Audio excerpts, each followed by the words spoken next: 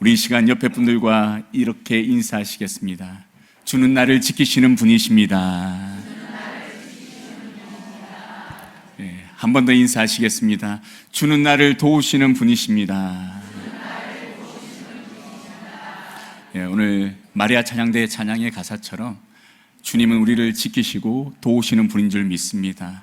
그 주님을 오늘 말씀 가운데 함께 만날 수 있기를 간절히 축원합니다. 오늘 세상에 오신 하나님의 아들이라는 제목으로 우리 함께 말씀을 나누실 텐데요, 우리가 입술로만 세상에 오신 하나님의 아들이라 고백하는 것이 아니라 정말 믿음으로 삶으로 이러한 고백을 할 수 있기를 간절히 소망합니다. 여러분, 우리가 삶을 살아가다 보면 때론 우리가 이해할 수 없는 일들을 많이 경험하게 됩니다. 때로는 육신의 질병을 얻게 되거나, 때로는 사랑하는 사람을 잃어버리거나, 때로는 애써 힘들게 모은 그 재산을 잃어버리게 되는 그런 상황들을 우리가 경험하게 되죠.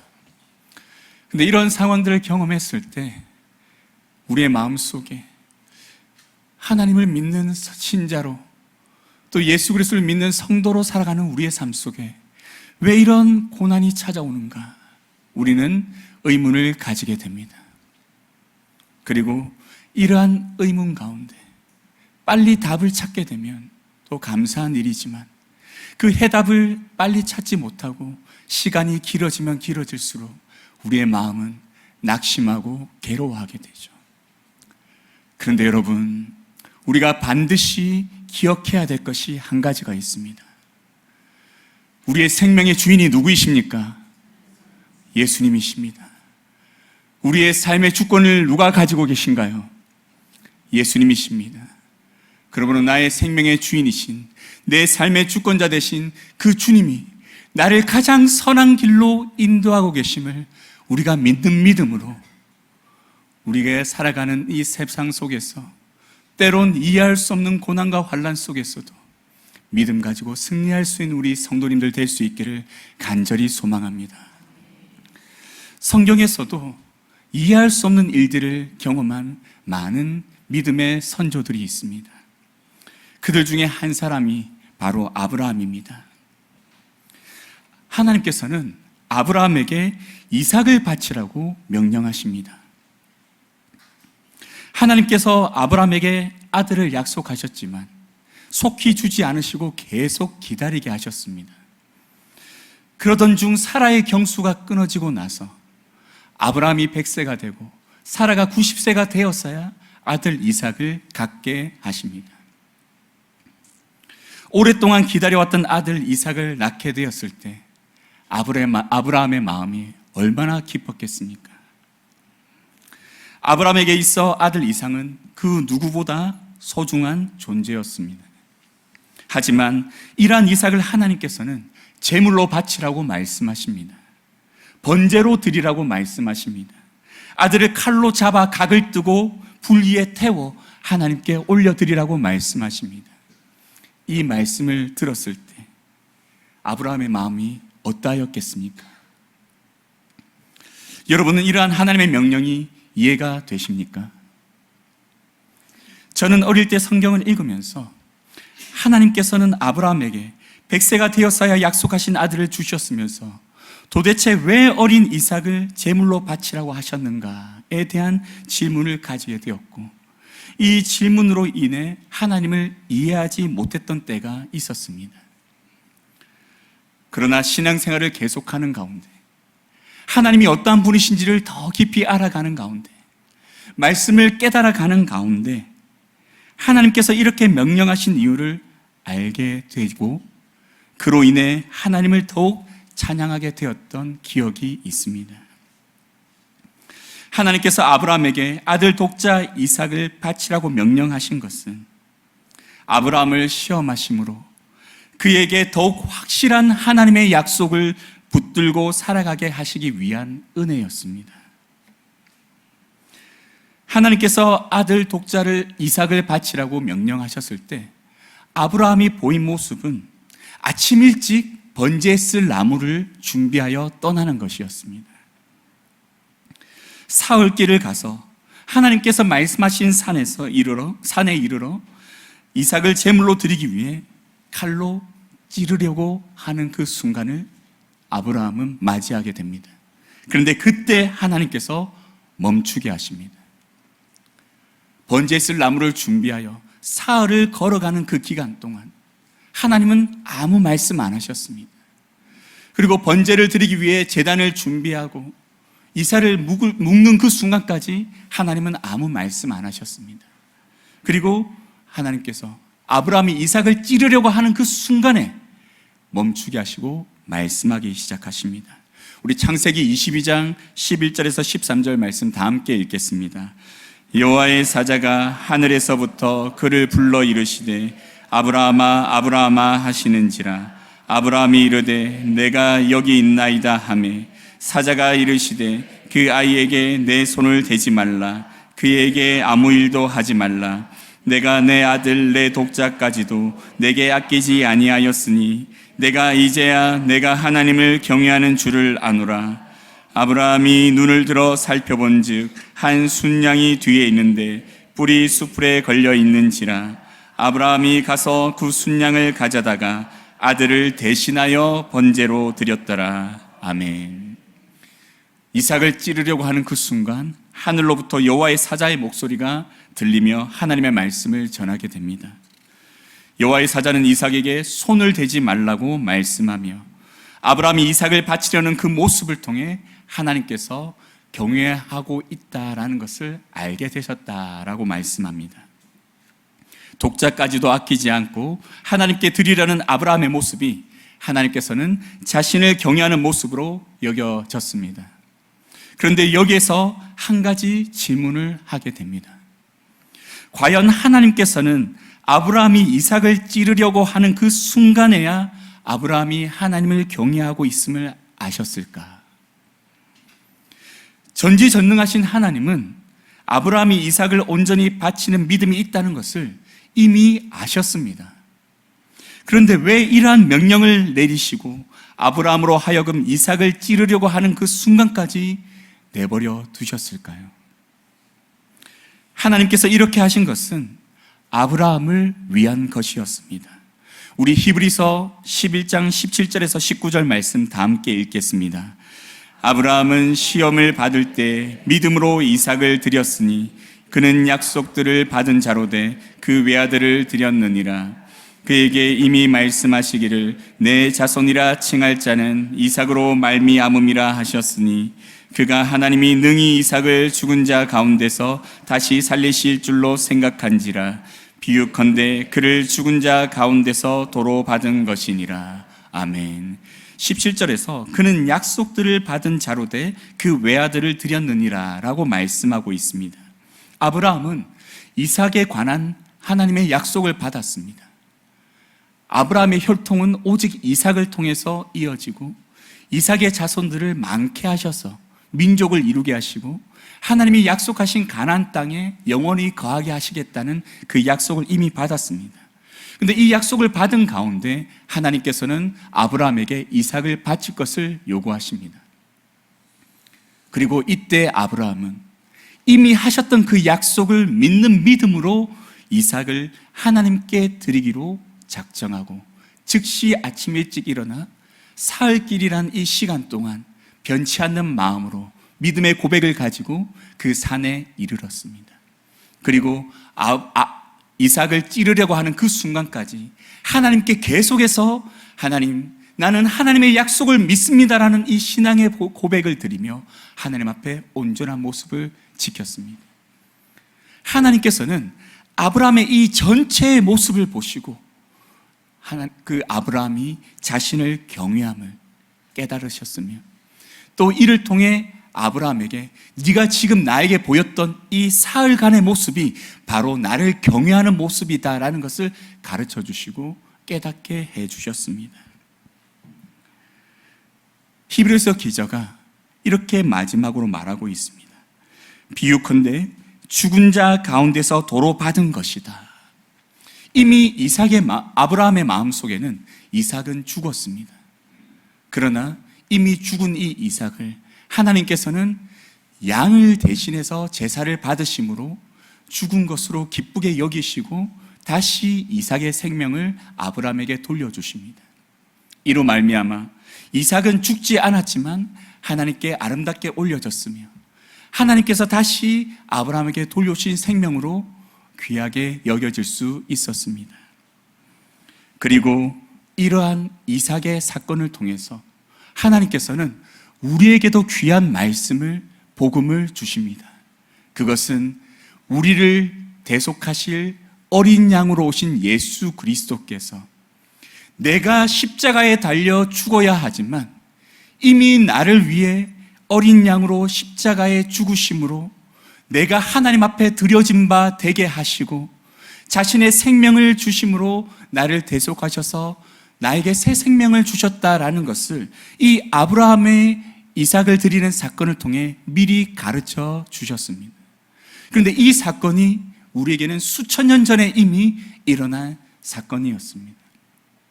하나님의 약속이 얼마나 오래전부터 우리에게 주어졌고 신실하게 지켜졌는지를 보여주는 귀한 말씀입니다. 이처럼 아브라함의 이 사건 속에는 이해하기 힘들었던 하나님의 뜻이 우리에게 깨달아지고 이것이 깨달아졌을 때 우리는 하나님께 영광을 돌릴 수밖에 없습니다. 왜냐하면 납득할 수 없었던 그 사건 속에 하나님이 얼마나 우리를 사랑하시는지, 우리를 위해 얼마나 신실하게 구원을 이루어 가시는지가 분명히 나타나고 있기 때문입니다. 그리고 오늘 본문에서도 이러한 하나님의 사역이 잘 나타나 있습니다. 오늘 본문은 우리가 잘 알고 있는 죽은 나사로가 다시 살아나는 사건 이적을 기록하고 있습니다. 나사로가 어떤 사람인가요? 요한복음 11장 5절 말씀에 예수께서 본래 마르다와 그 동생과 나사로를 사랑하시더니, 예수님께서는 본래 마르다와 그 동생 마리아 그리고 나사로를 사랑하셨다라고 기록하고 있습니다. 사복음서에서 직접적으로 예수님께서 사랑하셨다고 표현한 사람은 사도 요한을 제외하면 나사로와 마르다, 마리아가 유일합니다. 이를 통해 예수님께서 이들을 얼마나 아끼셨는지를 우리는 알 수 있습니다. 나사로는 그의 누이들과 함께 예수님께 특별히 사랑받던 사람이었습니다. 그리고 나사로와 마르다, 마리아도 예수님께서 자신들을 얼마나 사랑하시는지를 잘 알고 있는 사람들이었습니다. 요한복음 11장 3절에 이렇게 기록하고 있습니다. 이에 그 누이들이 예수께 사람을 보내어 이르되 주여 보시옵소서, 사랑하시는 자가 병들었나이다 하니, 마르다와 마리아가 사람을 보내 예수님을 빨리 오시도록 초청하는데 그때 사랑하시는 자가 병들었다라고 그 메시지를 전합니다. 이것으로 보아 마르다와 마리아는 예수님이 나사로를 이미 사랑하고 있음에 대해 그들도 분명히 알고 있었다라는 사실입니다. 그런데 이러한 나사로가 병들어 죽게 되었습니다. 그런데 이때 예수님께서 이해할 수 없는 모습을 보이십니다. 우리 요한복음 11장 6절 말씀 다 함께 읽겠습니다. 나사로가 병들었다 함을 들으시고 그 계시던 곳에 이틀을 더 유하시고. 아멘. 나사로가 병들었다는 소식을 들은 뒤 이틀이나 더 유하셨습니다. 사랑하는 사람이라면, 예수님께서 특별히 소중히 여기는 사람이라면 즉시 가셔서 고쳐주셔야 할 텐데 이틀을 더 유하시고 출발하십니다. 그리고 예수님께서 베다니에 도착하셨을 때는 이미 나사로가 죽은 지 나흘이나 지나서였습니다. 요한복음 12장 17절에 보면 예수께서 와서 보시니 나사로가 무덤에 있은 지 이미 나흘이라 라고 말씀합니다. 이때 나사로의 누이들인 마르다와 마리아의 반응이 어떠합니까? 나사로가 죽은 지 나흘이 돼서야 도착한 예수님을 보면서 매우 낙심하고 실망한 모습을 보입니다. 마르다와 마리아의 마음이 예수님을 처음 만났을 때 그들이 내뱉은 말을 통해서 우리는 알 수 있게 됩니다. 요한복음 11장 21절 말씀 다 함께 읽겠습니다. 마르다가 예수께 여짜오되 주께서 여기 계셨더라면 내 오라버니가 죽지 아니하였겠나이다. 마르다가 예수님이 여기 계셨으면 내 오라버니가 죽지 않았을 것입니다. 왜 이렇게 늦게 오셨습니까? 라고 말하고 있습니다. 또 마리아도 이렇게 말합니다. 요한복음 11장 32절 다 함께 읽겠습니다. 마리아가 예수 계신 곳에 가서 배웠고 그 발 앞에 엎드려 이르되 주께서 여기 계셨더라면 내 오라버니가 죽지 아니하였겠나이다 하더라. 아멘. 마리아 또한 예수님을 뵙는 그 순간 언니가 했던 그 말을 그대로 말하고 있습니다. 예수님이 여기 계셨다면, 빨리 오셨다면 우리 오라버니가 죽지 않았을 것입니다. 두 자매는 이처럼 늦게 오신 예수님에 대해 원망하는 마음, 이해하지 못하는 마음, 납득하지 못하는 마음을 가지고 있었습니다. 사랑하는 성도 여러분, 이러한 마르다와 마리아의 마음이 얼마나 괴로웠겠습니까? 예수님께서 자신들을 특별히 사랑하심을 알고 있기에 더욱 이런 마음은 컸을 것입니다. 예수님이 우리를 사랑하신다고 하셨으면서 우리를 사랑하신다고 하시는 그 예수님께서 왜 이렇게 하셨는가? 분명히 일찍 올 수 있는 거리이고 일찍 사람을 보내는데 왜 예수님께서는 이렇게 하셨을까? 그들은 이해하지 못하였습니다. 그런데 예수님께서 이렇게 하신 것은 분명한 이유가 있었습니다. 요한복음 11장 40절 말씀 우리 다 함께 읽겠습니다. 시작. 예수께서 이르시되 내 말이 내가 믿으면 하나님의 영광을 보리라 하지 아니하였느냐 하시니. 아멘. 예수님께서 내가 믿으면 하나님의 영광을 볼 것이다 라고 지금 말씀하고 계신데, 이 말씀을 통해 유추해 보면 아직 마르다와 마리아가 온전한 믿음을 가지지 못하였고 그로 인해 하나님의 영광을 완전히 보지 못하였음을 가르쳐주고 있습니다. 그리하여서 예수님께서는 마리아와 마르다에게 그들에게 믿음을 주시고 하나님의 영광을 온전히 보여주시기 위해 늦게 오셨습니다. 나사로가 죽지 않으면 보여줄 수 없는 하나님의 영광을 보여주시고자 이렇게 하셨습니다. 예수님께서도 마음이 아프셨습니다. 요한복음 11장 33절에서 35절 말씀에 이렇게 기록하고 있습니다. 다 함께 읽겠습니다. 예수께서 그가 우는 것과 또 함께 온 유대인들이 우는 것을 보시고 심령에 비통히 여기시고 불쌍히 여기사 이르되 주여 와서 보옵소서 하니 예수께서 눈물을 흘리시더라. 아멘. 예수님께서도 마리아가 우는 모습을 보시면서 또 그와 함께하는 사람들이 우는 것을 보시면서 불쌍히 여기셨다라고 기록하고 있습니다. 그리고 나사로의 무덤 앞에서 예수님께서는 눈물을 흘리셨다라고 기록하고 있습니다. 자신이 사랑하는 사람의 죽음으로 인해, 그 슬퍼하는 가족들로 인해 예수님께서는 슬퍼하시고 눈물을 흘리셨습니다. 하지만 예수님께서는 사랑하는 나사로와 마르다 마리아에게 또 그와 함께한 사람들에게 분명히 가르쳐 주셔야 할 것이 있었습니다. 그것이 무엇이었냐면 바로 예수님 자신이 부활이시요 생명 그 자체이신 이 진리를 가르쳐 주셔야 했습니다. 이 내용이 마르다와 예수님의 대화 속에 나옵니다. 요한복음 11장 23절에서 28절 말씀 우리 다 함께 읽겠습니다. 시작. 예수께서 이르시되 내 오라비가 다시 살아나리라. 마르다가 이르되 마지막 날 부활 때에는 다시 살아날 줄을 내가 아나이다. 예수께서 이르시되 나는 부활이요 생명이니 나를 믿는 자는 죽어도 살겠고 무릇 살아서 나를 믿는 자는 영원히 죽지 아니하리니 이것을 내가 믿느냐. 이르되 주여 그러하베다. 주는 그리스도시요 세상에 오시는 하나님의 아들이신 줄 내가 믿나이다. 이 말을 하고 돌아가서 가만히 그 자매 마리아를 불러 말하되 선생님이 오셔서 너를 부르신다 하니. 아멘. 마르다와 예수님과 나눈 대화를 보면 마르다의 신앙이 얼마나 깊은지 알 수 있습니다.